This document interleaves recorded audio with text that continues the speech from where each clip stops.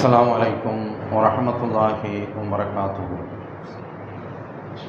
अल्हम्दुलिल्लाह नहमदुहु व नस्तईनुहु व नस्तगफिरुहु व नऊज़ु बिल्लाहि मिन शुरूरि अंफुसिना व मिन सय्यिआति अअमालिना। मन यहदिहिल्लाहु फला मुदिल्ल लहु व मन युद्लिल फला हादिय लहु। व अशहदु अन ला इलाहा इल्लल्लाहु वहदहु ला शरीका लहु व अशहदु अन्न मुहम्मदन अब्दुहु व रसूलुहु। अल्लाहुम्मा सल्लि अला मुहम्मद व अला आलि मुहम्मद कमा सल्लैता अला इब्राहिम व अला आलि इब्राहिम इन्नका हमीदुम मजीद। अल्लाहुम्मा बारिक अला मुहम्मद व अला आलि मुहम्मद कमा बारकता अला इब्राहिम व अला आलि इब्राहिम इन्नका हमीदुम मजीद। अम्मा बाद फ़इन्न अस्दक़ल हदीस किताबुल्लाह व खैरल हदी हदी मुहम्मद व शर्रल उमूर मुहदसातुहा व कुल्ल मुहदसतिन बिदअ व कुल्ल बिदअतिन ज़लाला व कुल्ल ज़लालतिन फिन्नार। या अय्युहन नास इत्तक़ू रब्बकुमुल्लज़ी खलक़कुम मिन नफ्सिन वाहिदा व खलक़ मिन्हा ज़ौजहा व बस्स मिन्हुमा रिजालन कसीरन व निसाअ वत्तक़ुल्लाहल्लज़ी तसाअलून बिही वल अर्हाम इन्नल्लाह कान अलैकुम रक़ीबा। या अय्युहल्लज़ीना आमनुत्तक़ुल्लाह हक़्क़ तुक़ातिही वला तमूतुन्न इल्ला व अंतुम मुस्लिमून।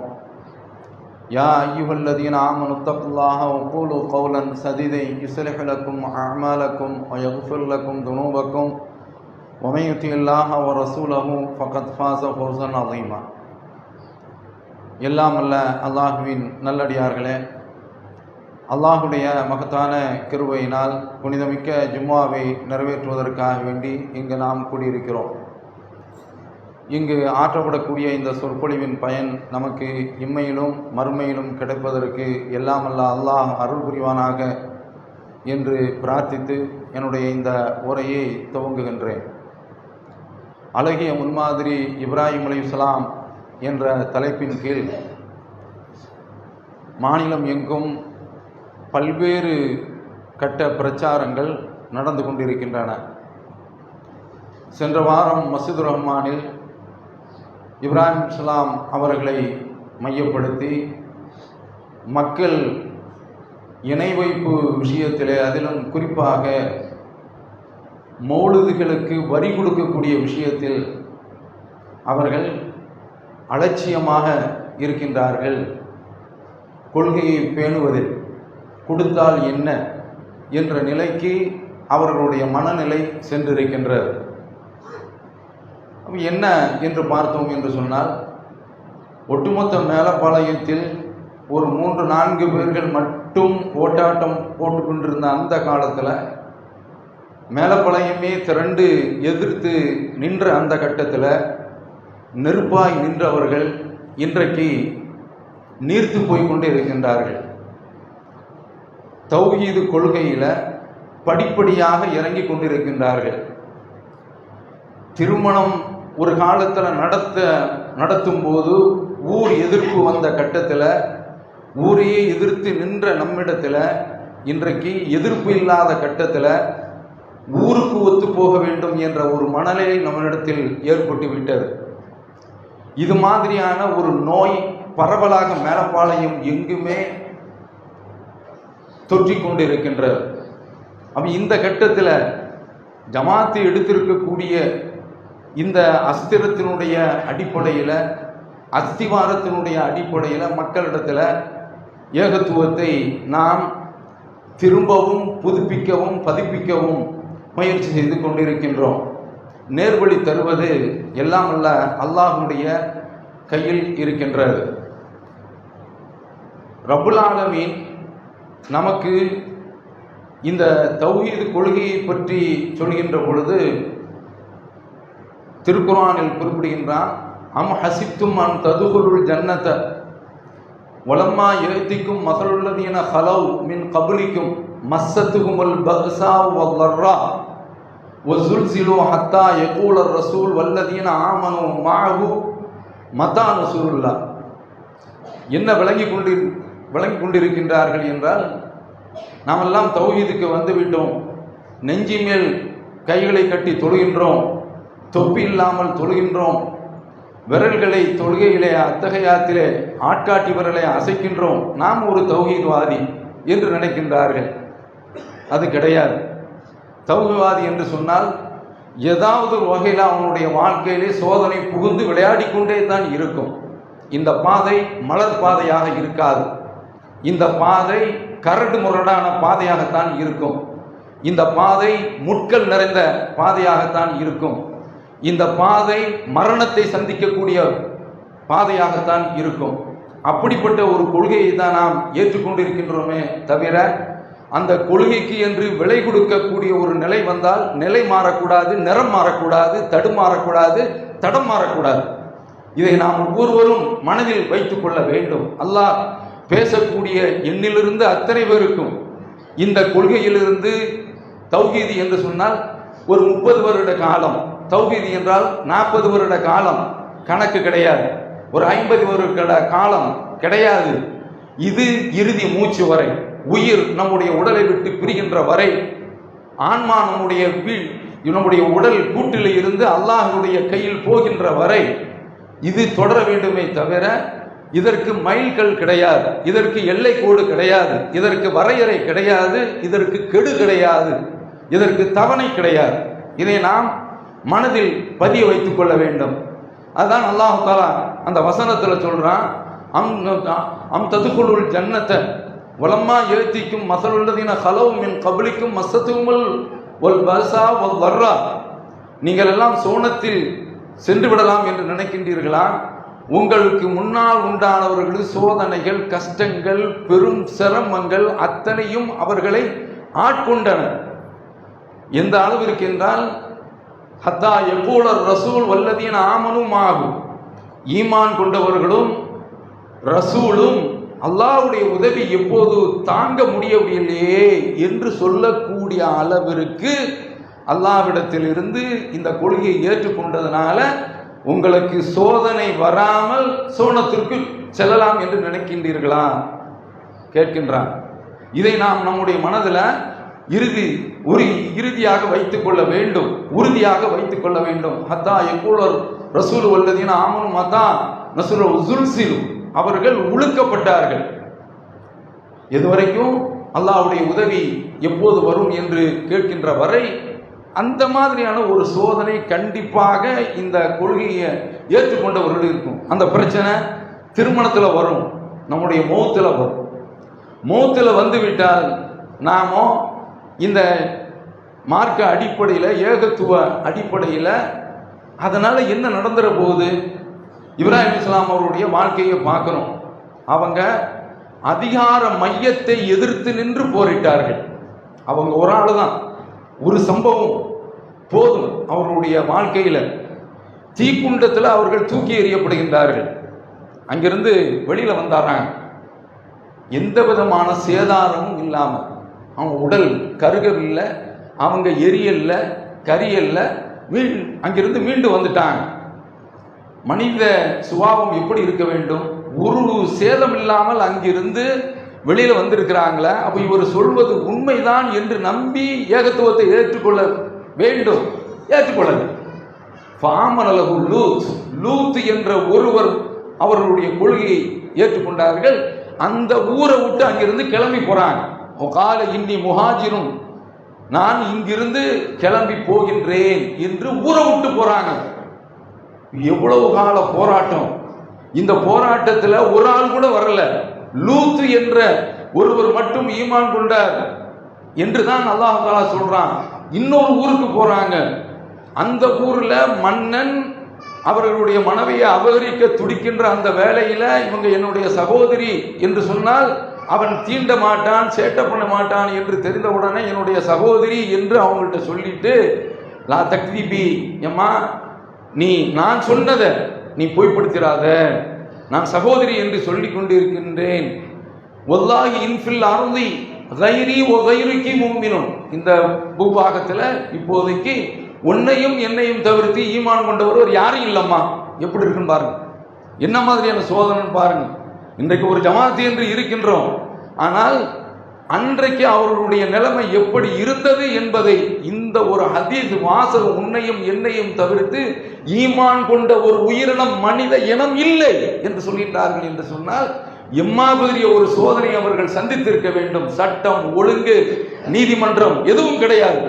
தடியெடுத்தவன் தண்டல்காரன் என்று அவனவன் ஆட்சி செலுத்தக்கூடிய அந்த கட்டம் எதிர்த்து நின்றார். ஏகத்துவத்திற்காக வேண்டி கடைசி வரைக்கும் நின்றாங்க. இதுதான் அரசனை எதிர்த்து அவனுடைய அவையில நின்று போய் பேசுறாங்க, சொல்றாங்க அலம் தர இல்லல்லதி ஹாஜ்ஜ இப்ராஹிம். இப்ராஹிம் இடத்துல ஒருவன் வாதிடுகின்றான், நான் அத்தாஹுல்லாஹ் முல்க், அல்லாஹ் அவனுக்கு அரசாட்சியை கொடுத்திருந்தான். அவங்ககிட்ட சொல்றாங்க ரப்பி அல்லதி யுஹ்யி வ யுமீத், என்னுடைய இறைவன் உயிர்ப்பிக்க செய்கின்றான், மரணிக்க செய்கின்றான். கால அன உஹி உமீத், அந்த வேலையை நான் தாண்டா செய்வேன் என்று அவனும் சொல்றான். அவன் செய்யலாம். ஒரு ஆளை 2 பேரை கொண்டு வந்து நிறுத்தி ஒருத்தனை கொண்டுட்டு ஒருத்தனை வாழ வைக்கலாம். இத மாதிரி ஏதோ ஒரு உபாயத்தை அவன் கையாண்டு சொல்லலாம். அவ இப்ராஹிம் இஸ்லாம் அவர்கள் சொல்றாங்க, கால இப்ராஹிம் இஸ்லாம் அவர்கள் சொல்றாங்க, இன்னல்லாஹ யதி பிஷம்சி மினல் மஷ்ரி, என்னுடைய இறைவன் என்னுடைய ரப்பு சூரியனை கிழக்கிலிருந்து உதிக்க செய்கின்றான். ஃபத்பிஹா மினல் மக்ரிப், நீ உண்மையான அரசாக இருந்தால், உனக்கு திறமை இருந்தால் மேற்கில் இருந்து உதிக்க செய்யடா பார்க்கும் என்று சொல்கின்றார்கள். ஃபபுஹித்தல்லதி கஃபர், காஃபிரானவன் வாய் மூடி மௌனமாக ஆகிவிட்டான். இப்படி அரசாட்சியை எதிர்த்து நின்றாங்க. அதான் தௌஹீதினுடைய கொள்கையினுடைய உறுதிப்பாடு அப்படி இருக்க வேண்டும். இது போன்ற இந்த ஜனாசா விஷயத்தில் இந்த ஊர் என்ன செய்திருவான், நம்ம என்ன செய்துவிட முடியும்? ஒன்றும் செய்ய முடியாது. ஒரு காலத்தில் நாம 3-4 பேர்கள் இருந்தோம், அப்போதே ஒன்றும் இவர்களால் செய்ய முடியவில்லை என்கின்ற பொழுது இப்போ என்ன செய்திருவான்? அப்படி ஆனால் என்ன அர்த்தம் என்னவென்றால் தௌஹீதுல நாம் கீழே இறங்கி இருக்கின்றோம். அதுதானே அதனுடைய வெளிப்பாடு. என்னவென்றால் பழைய காலத்து தௌஹீது நமக்கு தேவையில்லை என்ற ஒரு நிலைக்கு நாம் வந்து விட்டோம். இதுதானே, இதை நாம் நினைத்து பார்க்க வேண்டாமா? அதிகார மையம் என்று சொன்னேன். இன்றைக்கு இவர்கள் எல்லாம் செத்து போன மையம். இவர்களுக்கு நாம் ஏன் அஞ்ச வேண்டும்? இவர்களை அஞ்சாதீர்கள், என்னை அஞ்சுங்கள் என்று ரப்புல் ஆலமீன் சொல்கின்றான். அப்ப நமக்கு ஏன் இவர்கள் மீது அச்சம் ஏற்படுகின்றது? அல்லது குறைஞ்சபட்சம் அவர்களை ஏன் பகைத்துக் கொள்ள வேண்டும் என்று நாம் நினைக்கின்றோம்? அப்படி என்ன தலைப்படுகின்றோம் என்பதுதான் அதனுடைய அர்த்தமாக ஆகின்றது. இவர்கள் யாரு? ஊர் நீக்கம் செய்தவர்கள். அதில் குறிப்பிட்ட இந்த பள்ளிவாசல் இருக்கின்றது, எந்த பள்ளிவாசல்? இந்த மொஹல்லாவில் ஒரு பள்ளிவாசல் இருக்கின்றது. அவர்கள் தான் ஜனாசா அடக்கத்திற்கு நமக்கு எதிர்ப்பு தெரிவித்தவர்கள். சாதாரணமான ஆட்கள் கிடையாது. அல்லாஹ் தஆலா என்ன சொல்றான்? இது போன்று மூமின்களுக்கு எதிரானவர்களுக்கு களம் வைக்க, களத்தை அமைத்து கொடுக்கக்கூடிய, வியூகம் வைக்கக்கூடியவர்களுடைய அந்த பள்ளிவாசல்ல போய் நீங்க தொழாதீர்கள் என்று சொல்கின்றாங்க. இது ஒரு பள்ளிவாசலா? இது அப்படி ஒரு அது பள்ளிவாசலாக இருந்தால் நமக்கு பிரச்சனை இல்லையே. அது பள்ளிவாசலுடைய அடிப்படையில் இருக்கின்றதா? சிந்தித்து பாருங்க. கிடையாது. அதில் உள்ளவன் பக்காவாக இணை வைக்கின்றான். அதனுடைய மாநில அளவில் உள்ள ஒரு தலைவர் ஒரு நிலத்துல அடிக்கல் நாட்டு விழா நடத்தப்படுகின்றது, அதுல அவன் இணை வைக்கிறான், பூஜை செய்யறான், தூக்குறான் என்று சொல்வதற்கு பதிலாக அதையும் அங்கே அரங்கேற்றி விட்டு இவர் அங்கு போய் ஒரு குச்சியை நட்டி பால் ஊத்துறாரு. இவர்கள் எப்படிப்பட்ட மார்க்க அறிவை பெற்றவர்கள்? கொஞ்சம் சிந்தித்து பாருங்கள். பாலை கட் அவுட்ல ஊத்துறான், ரஜினியினுடைய கட் அவுட்ல ஊத்துனான், விஜயினுடைய கட் அவுட்ல ஊத்துனான். அனாச்சாரம். ஒரு பாலை கொண்டு போய் ஒருவனுக்கு பசி இல்லாத, பசியோடு வாடிக்கொண்டிருக்கக்கூடிய எத்தனையோ மக்கள் இந்த நாட்டில், லட்சம் மக்கள் வாழ்ந்து கொண்டிருக்கக்கூடிய இந்த நாட்டில் மண்ணில் போய் பாலை ஊத்துறானா? கொள்கைக்கும் சேர்த்து பாலை ஊத்துறாங்கன்னு அர்த்தம். இப்படிப்பட்டவர்கள் இவர்கள் மௌலூது ஓதுகின்றார்களே, என்ன நினைக்கின்றார்கள்? ரசூலுல்லாஹ் உயிரோடு இருக்கின்றார்கள் என்று நம்புகின்றார்கள். அதனால தானே சொல்றான், கனவிலும் நனவிலும் நபி ஸல்லல்லாஹு அலைஹி வஸல்லம் அவர்களை கண்டு களிப்போமாக என்று சொன்னால், ரசூலுல்லாஹ் உயிரோடு இருக்கிறாங்க நம்பினால் அவன் இஸ்லாத்திலேயே கிடையாது. அவன் தான் பள்ளிவாசல்ல தொலை வைக்கிறான். பள்ளிவாசல்ல தொழக்கூடாது என்று சொன்னால் எல்லாமே அல்லாஹ்வுடைய பள்ளிவாசல் தான். தௌஹீத்வாதிகளுக்கு பாடம் நடத்தப்படுகின்றது. இந்த பாடத்தை எல்லாம் கேட்டு எவன் இந்த பாடத்தை நடத்தினா அவர்களுக்கு எல்லாம் தௌஹீத் ஜமாஅத் லாடம் கட்டி இருக்கின்றது. இது பள்ளிவாசலா? இது என்ன சொல்றான்? ரப்பல் ஆலமீன் திருக்குர்ஆன்ல மா கான லில் முஷ்ரிகீனா யஅமுரு மசாஜித் அல்லாஹ், அல்லாஹ்வுடைய பள்ளிவாசல்களை நிர்வகிப்பதற்கு இணை வைப்பவர்களுக்கு தகுதியே கிடையாது. ஷாஹிதீன் அலா அன்ஃபுஸிஹிம் பில் குஃப்ர், இவர்கள் குஃப்ருக்கு சாட்சி சொல்கின்றார்கள் என்று அல்லாஹ் தஆலா திருக்குர்ஆன்ல குறிப்பிடுகின்றான். உலாயிக ஹபித்தத் அமாலுஹும், இவருடைய அமல்கள் எல்லாம் பாழாகி போய்விட்டன. வஃபின் நாரிஹும் ஹாலிதூன், இவர்கள் நரகத்தில் நிரந்தரமாக இருக்கக்கூடியவர்கள். இவங்க தான் நிர்வாகியா இருக்கிறான். ரசூலுல்லாஹ் உயிரோடு இருக்கிறேன்னு சொல்றான். இன்றைக்கு நீங்க பாக்குறீங்களா இல்லையா? முஹிதீன் உயிரோடு இருக்கிறார் என்று நம்புகின்றார். அப்ப இப்படிப்பட்டவர்கள் இணை வைக்கக்கூடியவர்கள் இல்லையா? பள்ளிவாசல் போய் தொழக்கூடாது என்று சொன்னால் அது பள்ளிவாசல் தானே, 5 வேற தொழுகை நடக்கிறது தானே, அது கிடையாது. அந்த பள்ளியில இமாமா இருக்கிறவனுடைய கொள்கை என்ன பார்க்கணுமா இல்லையா? அல்லாஹ்வுக்கு இணை வைத்து அல்லாஹ்வுக்கு நிகரான ஒரு ஆள ரசூலுல்லாஹ் அந்த கஃபாருல் ஹதாயா அந்த சத்தாருல் மசாவி, நீங்கள் தான் பாவங்களை மன்னிக்கக்கூடியவர்கள், குறைகளை மறைக்கக்கூடியவர்கள் கேட்கிறானா இல்லையா? ரசூலுல்லாஹ்வை எந்த இடத்துல கொண்டு போய் வைக்கிறான்? அப்ப இணை வைப்பு நடக்கக்கூடிய ஒரு இடத்துல நாமோ தொழக்கூடாது என்று சொல்கின்றோம். பல சகோதரர்கள் இன்றைக்கு அதுல பரவாயில்லையே அங்கே போய் நாம தொழுகுமே என்று நினைக்கின்றார்கள். இப்படி தொழ போனவர்கள் குறிப்பிட்ட காலத்துல காணாமல் போனதுதான் வரலாறு. அப்படியே இறங்கி அசத்தியத்தின் பக்கம் அல்லாஹ் காப்பாற்ற வேண்டும், இணை வைப்பின் பக்கம் அவர்கள் சென்றிருக்கின்றார்கள். இவர்களுக்கு பின்னால் நின்று தொழ முடியுமா? இந்த பள்ளியில போய் தொழ முடியுமா? அப்படிப்பட்ட ஒரு பள்ளியில போய் ஒரு தௌஹீத் கொள்கையில் இருக்கக்கூடிய ஒருவருடைய ஜனாசாவை வைக்கின்றோம் என்று சொன்னால் நம்முடைய கொள்கையின் பலவீனம், ஈமானின் பலவீனம், ஏகத்துவத்தில் ஊனம், அது மாதிரியான ஒரு நிலைக்கு தௌஹீத்வாதிகள் என்றைக்கும் தள்ளப்படக்கூடாது. அது மாதிரியான ஒரு நிலைக்கு நாம சென்று விடக்கூடாது. இதற்கு முந்தி இப்போது நான் யதார்த்தமாக போன வாரம் மஸ்ஜித் ரஹ்மான்ல பேசினேன். ஞாயிற்றுக்கிழமை ஜும்மா பொறுப்பாளர் கேட்கிறாங்க, நீங்க எங்க பேசுறீங்க என்று கேட்டாங்க.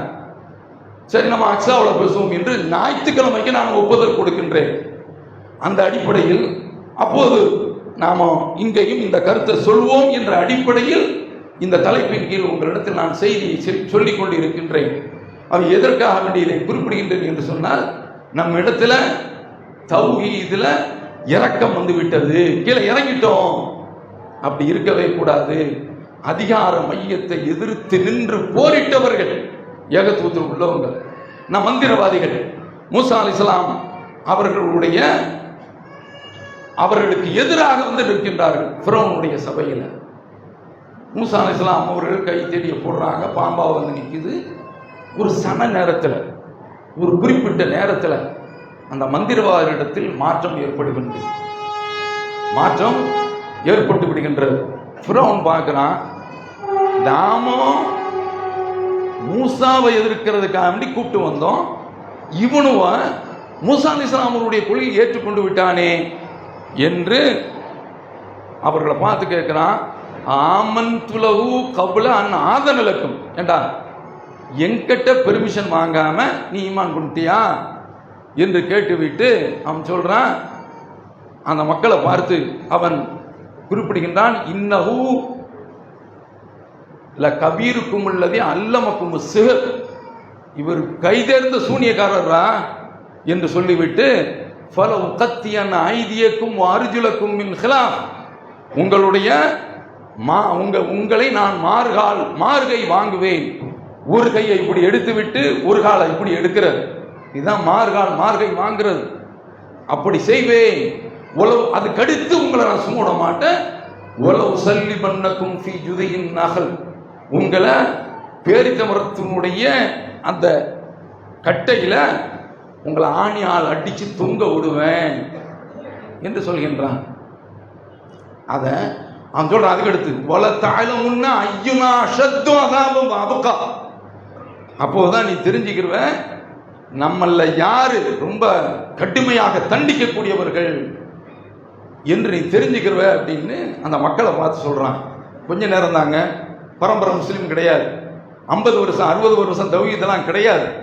ஒரு சில வினாடி பொழுதுகள் நெருப்பு அவருடைய உள்ளத்தில் பற்றி எரிகின்றது சொல்றாங்க.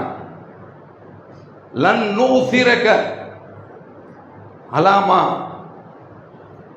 உன்னை நாங்கள் ஒருபோதும் கடவுளாக தேர்ந்தெடுக்கவே மாட்டோம். நாங்க அட்டாட்சிகளை கண்டுட்டோம். இந்த அத்தாட்சிகளை விட உள்ளதை பத்தரனா, எங்களை படைச்சான அந்த ரப்பை விட உன்னை நாங்கள் கடவுளாக ஏற்றுக்கொள்ள மாட்டோம். நூசிற்காலாமா ஜானா மினல் பையினா, அல்லாஹ்விடத்தில் இருந்து அத்தாட்சிகள் எங்களுக்கு வந்துருச்சு. வல்லதி பத்தரனா, எங்களை படைச்சான அவனை விடவும் நாங்கள் உன்னை தேர்ந்தெடுக்க மாட்டோம். ஃபக்லிமான் தகா, என்ன தண்டனமான கூடுறா. இவ்வளவு சொல்றாங்க. இன்னமா தக்லிய ஹாதியில் ஹயாத்த துன்யா, நீ கூடியபட்சம் கொடுக்க போவது இந்த உலகத்தை விட்டு எங்களுடைய உயிரை நீ பறிச்சு போடா சொன்னாங்களா இல்லையா? அந்த வாரிசுதாரர்கள் தான் நாமோ. நமக்கு என்ன தயக்கம்? இந்த மையத்துக்களை எதிர்த்து நிற்பதற்கு நமக்கு என்ன நடந்துட போகுது? ஜனாசாவை போட்டு ஆட்டம் காட்டுவான். இதே மர்கஸில் நான் சொல்லியிருக்கிறேன், பத்தமடையில் மர்கஸில் அங்க உள்ள ஒரு சகோதரர், அவர் நமது ஊர்ல தான் வேலை பார்க்கிறாரு. தாயார் மனைவி இறந்துட்டாங்க. சொல்றாரு, இங்க மையவாடி தரமடங்கிறாங்க. எவ்வளவு நாள் ஆனாலும் சரிதான் என்னுடைய மனைவியினுடைய ஜனாசா இந்த வீட்டுல தான் இருக்கும் சொன்னார். என்ன ஆச்சு? ஹைகோர்ட்டினுடைய நீதிபதி கான்பரன்ஸ்ல அதிகாரிகள்கிட்ட இங்கிருந்து கிளையில் உள்ள ஆள்கிட்ட பேசுறாரு. கதவு திறடா என்று திறந்து விட்டாங்களா இல்லையா? இதுதான் சத்தியத்திற்கு என்று பொறுமை வேண்டும், சத்திரியத்திற்கு என்று சகிப்புத்தன்மை வேண்டும். என்ன கிழிச்சிருவான் இவன்? அப்ப இந்த மாதிரியான நம்பிக்கை நம்மிடத்தில் வர வேண்டும். நாம இந்த இவர்களுக்கு நாம் பணிந்து சென்றோம் என்று சொன்னால் ஏகத்துவத்திற்கு எதிரானவர்களுக்கு தெம்பு வரும். இன்னைக்கு தெம்பு வந்திருக்கு. என்ன ஆச்சு? பள்ளிவாசலே கிடந்தவர் நம்ம பள்ளியில் வந்து தொலை வைக்கப்பட்டு விட்டார் என்ற ஒரு எகத்தாளம் அவரிடத்தில் இருக்கின்றது. ஆய்விட்டு போவது, நாம் இப்போது பேசுவது இது மாதிரி அடுத்த ஒரு சம்பவம் நடக்கக்கூடாது. ஒவ்வொருவரும் எழுதி கொடுங்க.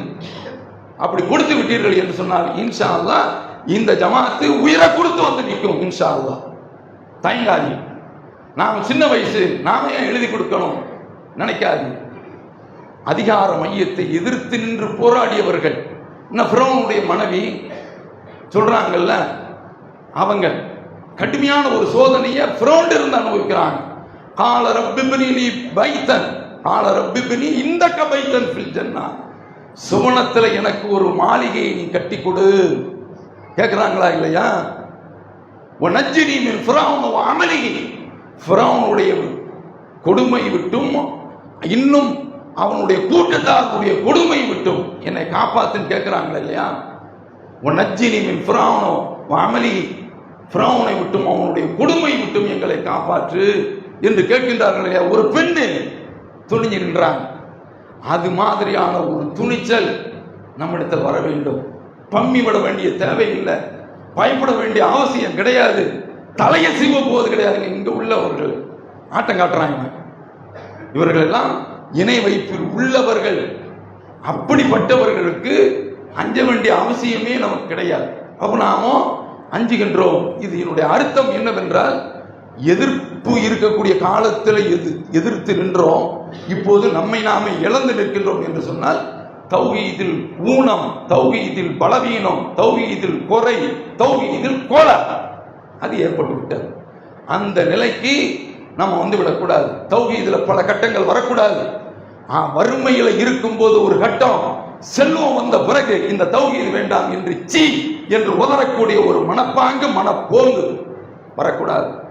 இது மாதிரியான ஒரு நிலை யாருக்கு வரும் என்றால், பள்ளியில் தொடர்பு போகக்கூடியவர்கள் அவர்களுக்கு ஏற்படும். ஜமாத்தில் எந்த விதமான ஒரு நல பணிகளுக்கும் தன்னை அர்ப்பணித்துக் கொள்ளாத ஒரு இடத்தில் இது மாதிரியான ஒரு நிலை வரும். நம்மை முழுமையாக இந்த பணியில நம்மை நாமே ஈடுபடுத்திக் கொள்ள வேண்டும். தௌஹீது என்று வருகின்ற பொழுது, அதில் நான் ஏற்கனவே சொன்னது போன்று ஏதாவது சோதனை வரத்தான் செய்யும், ஏற்படத்தான் செய்யும். இந்த கொள்கைக்காக வேண்டி சோதனையை சந்தித்து தான் ஆக வேண்டும். ஒவ்வொருவருக்கும் ஒவ்வொரு பல சகோதரர்கள் பலவிதமான முறையில், நான் எனக்குள்ளதை நான் எடுத்து சொல்றேன், இப்படி பலவிதமான சோதனைகளை ஒவ்வொருவரும் தங்களுடைய வாழ்க்கையில கொள்கை என்றால் சந்திக்க வேண்டும், அனுபவிக்க வேண்டும். அப்படி இல்லை என்று சொன்னால் இது ஒயிட் காலர் என்று சொல்வார்களே, வெள்ளை காலர், அழுக்கப்படாத தௌஹீத், அழுக்கப்படாத சட்டை, அந்த நிலையில் உள்ளவர்கள். அதனால அது மாதிரியான ஒரு நிலையெல்லாம் நம்மிடத்தில் ஏற்படக்கூடாது. நாம் உறுதியாக இந்த கொள்கையில் தான் பயணிக்க வேண்டும். ஒரு ஜனாசா என்று வருகின்றது என்று சொன்னால் சம்பந்தப்பட்ட ஜனாசா ஏகத்துவவாதியா என்று பார்க்க வேண்டும். இல்லை என்றால் தொலை வைக்க முடியாது. நயவஞ்சகராக இருந்தால், நயவஞ்சகரை இன்றைக்கு நாம் கண்டுபிடிக்க முடியாது. நபி ஸல்லல்லாஹு அலைஹி வஸல்லம் அவருடைய காலத்தில் வஹி இருந்தது. நபி ஸல்லல்லாஹு அலைஹி வஸல்லம் அவர்கள் அப்துல்லா இப்னு உபை இப்னு சலூல், உபை இப்னு சலூல் என்கிற ஒரு நயவஞ்சகர், அவர் இறந்துட்டார். ரசூலுல்லாஹ்ட்ட மகனார் வர்றார். அல்லாஹ்வுடைய தூதரே உங்க சட்டையை கொடுங்க என்று கேட்கின்றார். தொலை வைக்க வாங்க அப்படிங்கிறாங்க, சட்டையை கொடுக்குறாங்க. உமர் ரலியல்லாஹு அன்ஹு அவர்கள் ரசூலுல்லாஹ்வுடைய ஆடையை பிடித்துக் கொண்டு, நீங்க தொலை போறீங்களா, ஒக்கத்து நஹாக், அல்லாஹ் உங்களை தடுத்திருக்கிறான் என்று சொன்ன உடனே ரசூல் ஸல்லல்லாஹு அலைஹி வஸல்லம் அவர்கள் சொல்றாங்க, எனக்கு அல்லாஹ் தஆலா ஒரு வசனத்தில் சலுகை கொடுக்கின்றான், நீ 70 தடவை மன்னிப்பு கேட்டாலும் என்று சொல்கின்றான். 70 தடவைக்கு மேல கேட்பேன், சின்ன பிள்ளை மாதிரி அன்புல சொல்றாங்க. அல்லாஹ் சொல்லக்கூடிய இந்த வசனத்தினுடைய தடையினுடைய அடிப்படையில் தான் உமர் ரலியல்லாஹு அன்ஹு அவர்கள் சுட்டி காட்டியும் மீறி போறாங்க. பாசத்தினால போய் தொலை வச்சாச்சு. அல்லாஹ் தஆலா லா துஸல்லி அலா அஹதின் மின்ஹும் மாத அபதா, இவர்கள்ல இறந்தவர்களுக்கு எவருக்குமே நீ தொலை வைக்க கூடாது. இனிமேல் ரசூலுல்லாஹ்வுக்கு இன்னொரு அதிகாரம் இருந்தது. தொலை வச்சு அடக்கிட்டாங்க, தொலை வைக்காம அடக்கிட்டாங்க என்று சொன்னால் கபூர்ல போய் நின்று தொழுவாங்க ரசூலுல்லாஹ். அது ரசூலுல்லாஹ்வுக்கு உள்ளது.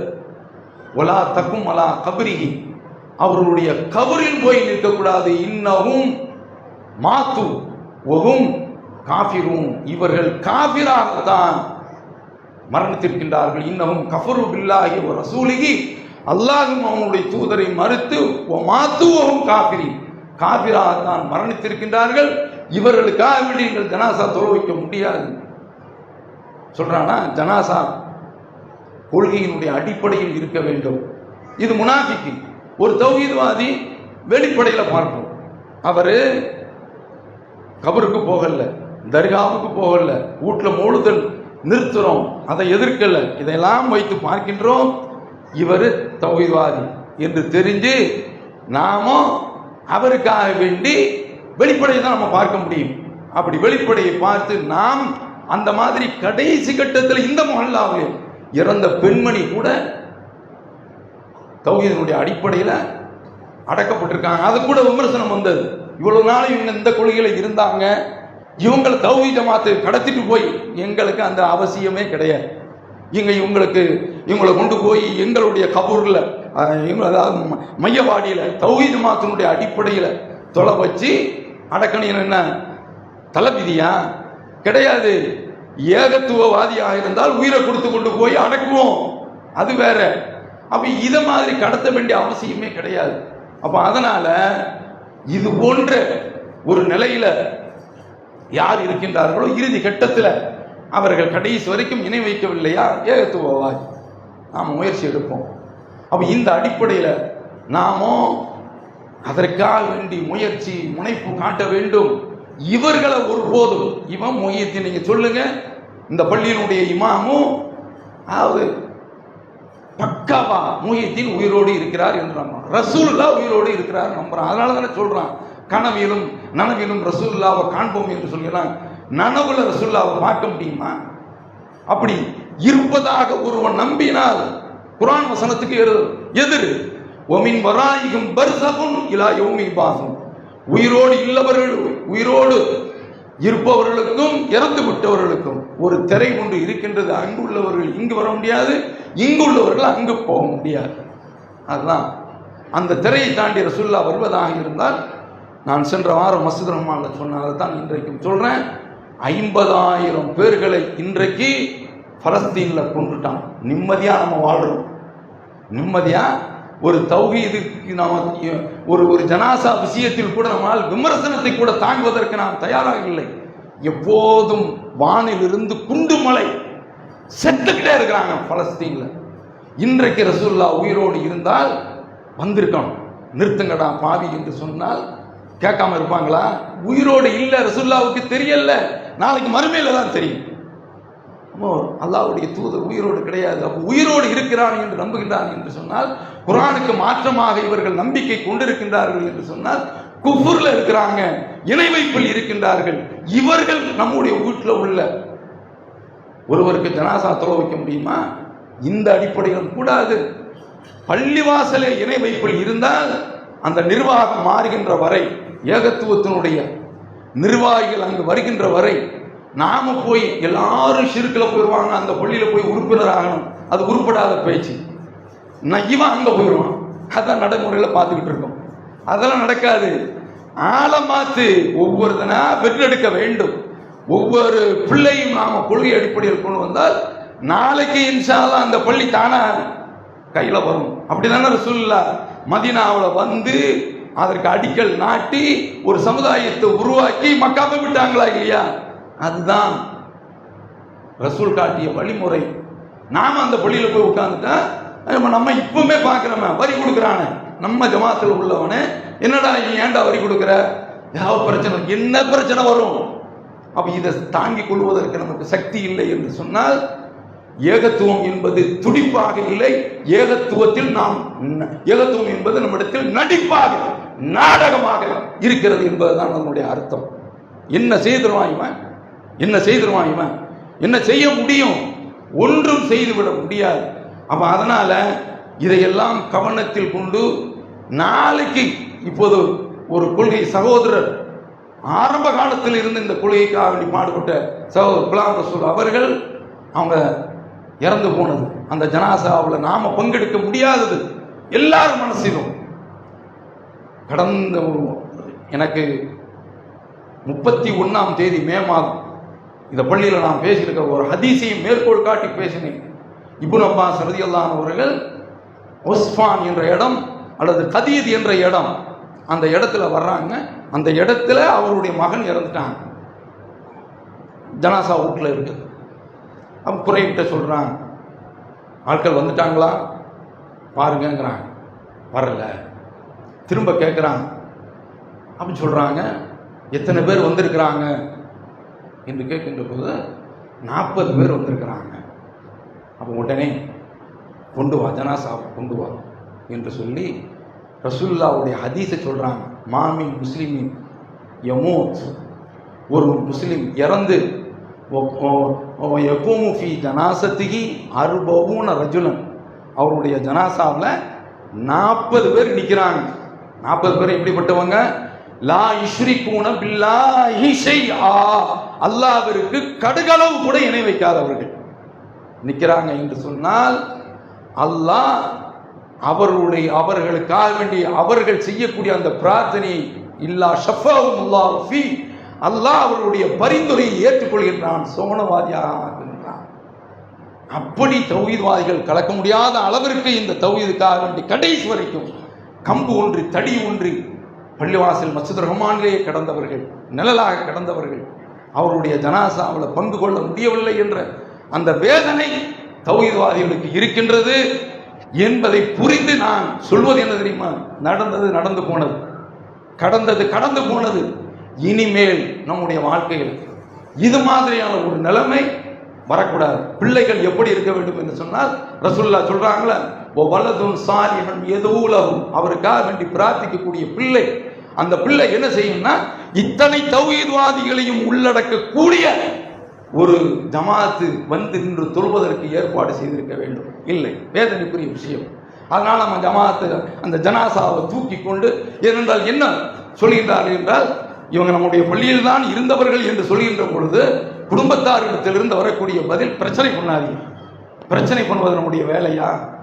இந்த பள்ளியிலே கடைசி வரைக்கும் இரத்தமும் நகமும் சதையாக கிடந்த ஒரு பெரிய மனிதர் தொலைமொழிக்க முடியவில்லை என்ற ஆதங்கம், வேதனை, கஷ்டம், மன சங்கடம், மன புழுக்கம், என்னென்ன வார்த்தைகள் போட்டாலும் தரும்.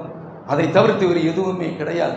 அப்ப அதனால இது மாதிரியான ஒரு பாக்கியத்திற்குரிய மக்கள் கலந்து கொள்ளக்கூடிய அளவுல நம்முடைய கலாசாரம் அமைய வேண்டும் என்று ஒவ்வொரு பெற்றோரும் தன்னுடைய சந்ததிகளுக்கு, பிள்ளைகளுக்கு வசியத்து செய்து செல்ல வேண்டும். அப்படி இல்லையா, எழுதி கொடுத்துட்டு போங்க, பக்காவா எழுதி கொடுங்க. அப்படி எழுதி கொடுக்கின்ற பொழுது வந்து நிற்கின்றோம். இன்ஷா அல்லாஹ் இந்த ஜமாஅத்து வந்து நிற்கும். இதை புரிந்து கொண்டு நாமும் எந்த ஒரு கட்டத்திலும் இப்ராஹிம் இஸ்லாம் அவர்கள் இணை வைப்பை எப்படி வேறெடுத்தாங்களோ அதை மாதிரி வேறெடுக்கக்கூடிய ஒரு இளைய தலைமுறையினராக நாம் ஆக வேண்டும். அல்லாஹ் நமக்கு ஏகத்துவத்திலே இறப்பதற்குரிய பாக்கியத்தை தர வேண்டும் என்று கேட்டு நிறைவு செய்கிறேன். வாஃபிரு தவானா அல்ஹம்துலில்லாஹி ரப்பில் ஆலமீன்.